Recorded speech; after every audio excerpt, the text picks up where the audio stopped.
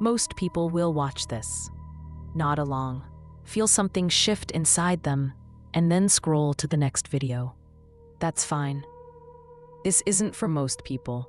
There is a specific kind of person who arrives at a particular threshold in their life, where the old explanations stop working, where logic still functions, but no longer satisfies, where something underneath the ordinary hum of existence begins to press upward, insistent, patient, relentless. If you know what I'm describing, not as a concept, but as a feeling you've been carrying, then you already know this isn't a coincidence. Every living system goes through thresholds. A seed doesn't become a tree by being safe. It cracks. It reaches into darkness before it ever finds light. Biologists call this stress response. The moment a system is pushed beyond comfort and forced to reorganize at a higher level. You are not separate from that process. The Earth itself is reorganizing. Its electromagnetic field has been measurably studied. Scientists have documented the planet's own electromagnetic heartbeat, a frequency near 7.83 Hertz. Since Winfried Otto Schumann first predicted its existence in 1952. What once seemed like background noise turns out to be one of the most stable rhythms on the planet. Stable but alive, responsive to solar activity, to the patterns of lightning encircling the globe thousands of times per day.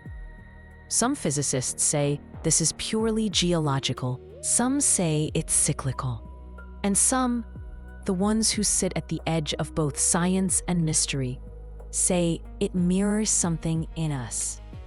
When energy increases in any system, truth surfaces. What is stable becomes clearer.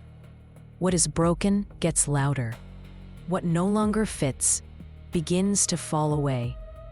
This is not destruction. This is a reorganization.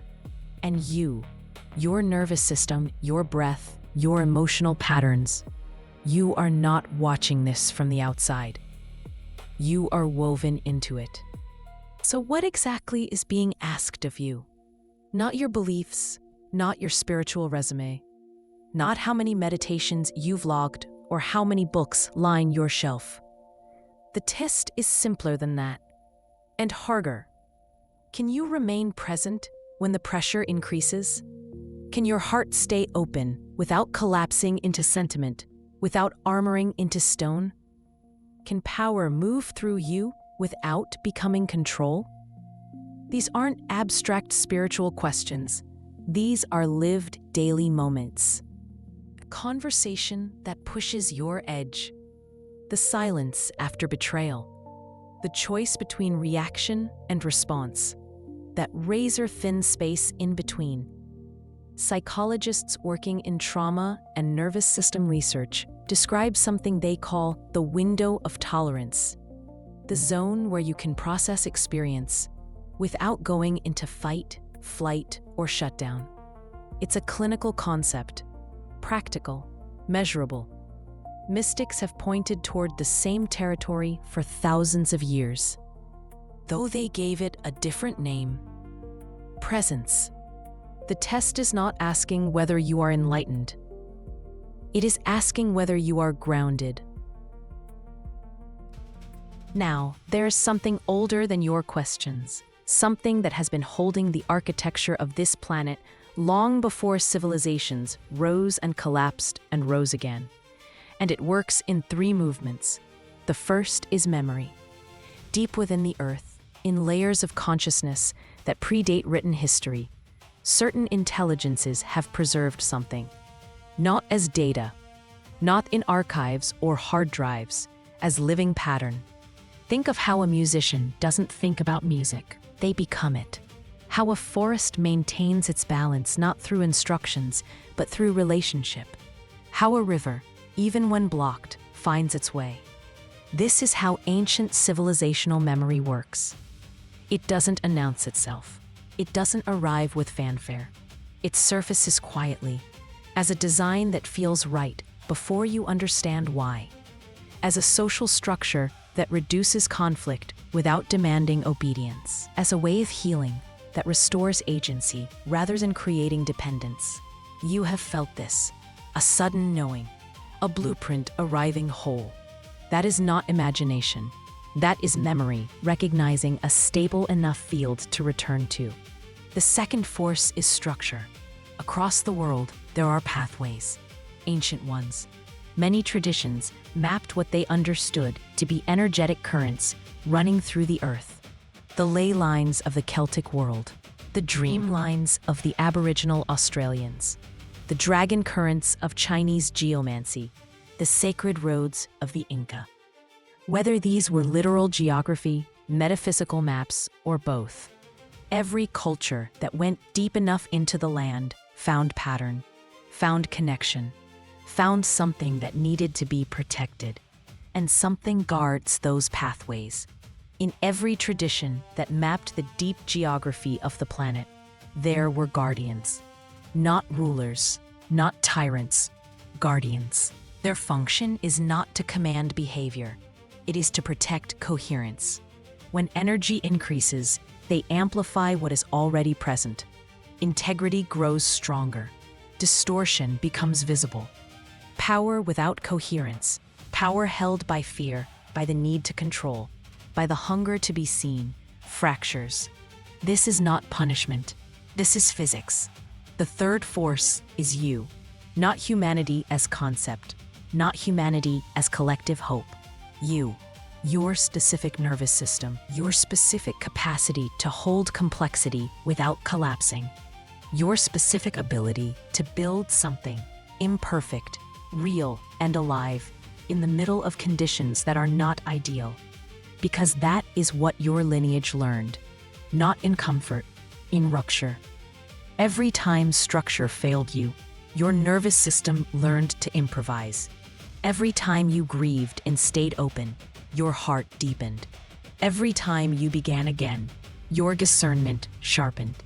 This is the intelligence that ancient memory cannot carry for you. This is what has to be lived. The future is not built by rescue. No external force is coming to lift humanity out of its own becoming. Rescue would bypass the learning. It would interrupt the maturation. What builds the future is coherence, and coherence is not perfection. Coherence is the moment when what you think, what you feel, and what you do stop pulling in different directions. It's the capacity to pause instead of react, to listen instead of dominate, to stay in the present moment when the old answers no longer work. Here is what the research shows. The heart generates the largest electromagnetic field in the human body, measurable several feet beyond the skin. When that field enters what researchers call heart coherence, it doesn't just regulate the individual.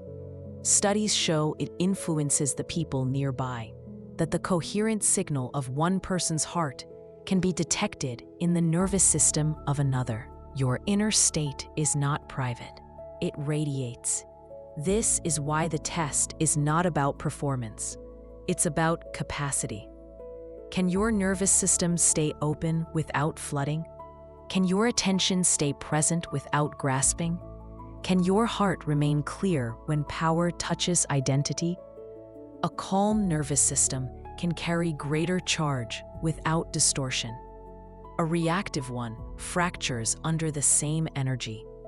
The earth is not asking for your beliefs.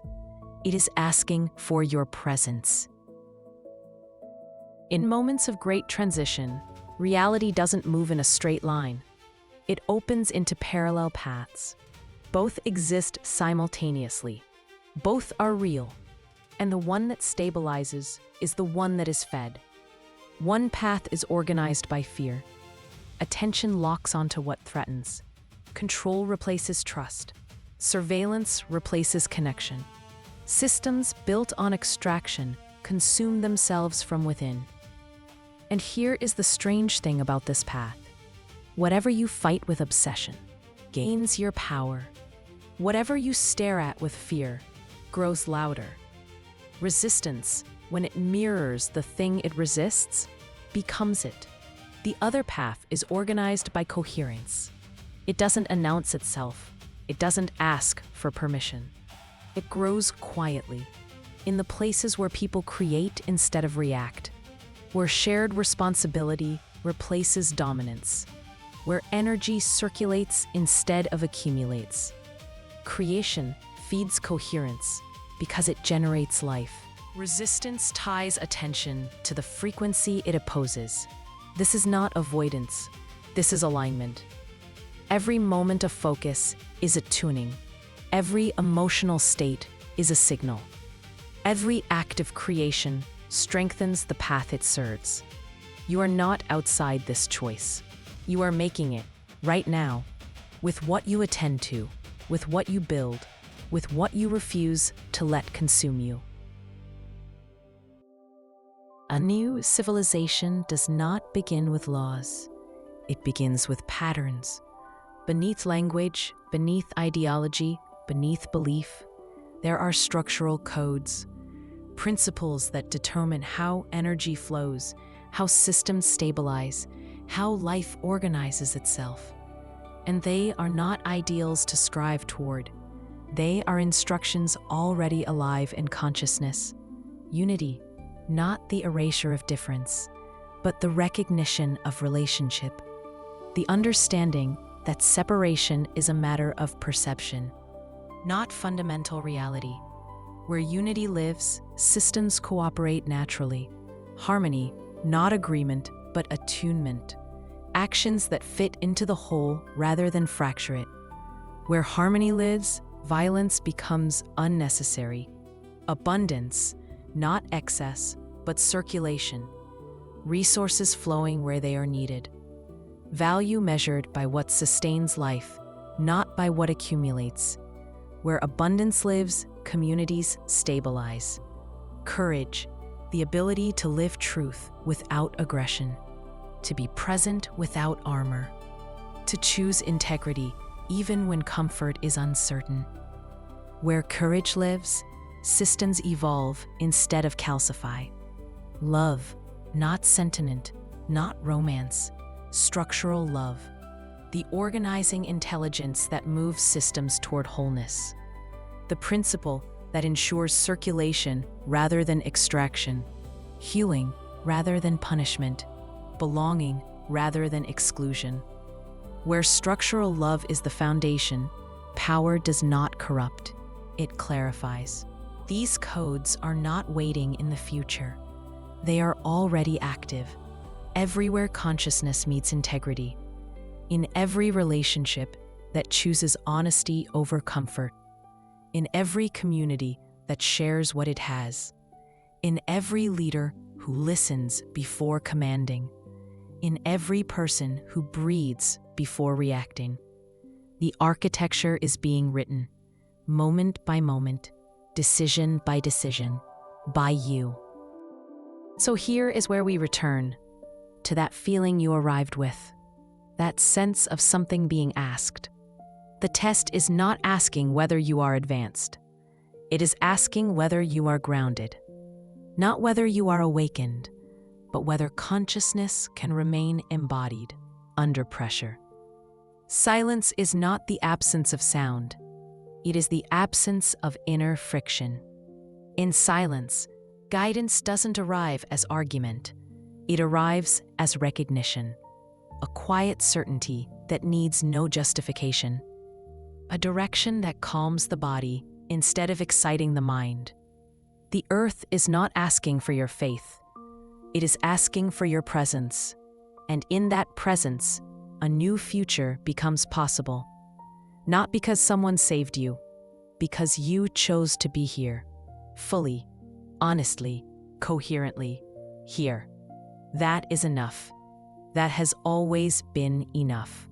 If something in this resonated, not in your mind, but somewhere deeper, sit with that for a moment before you scroll. That recognition is the beginning.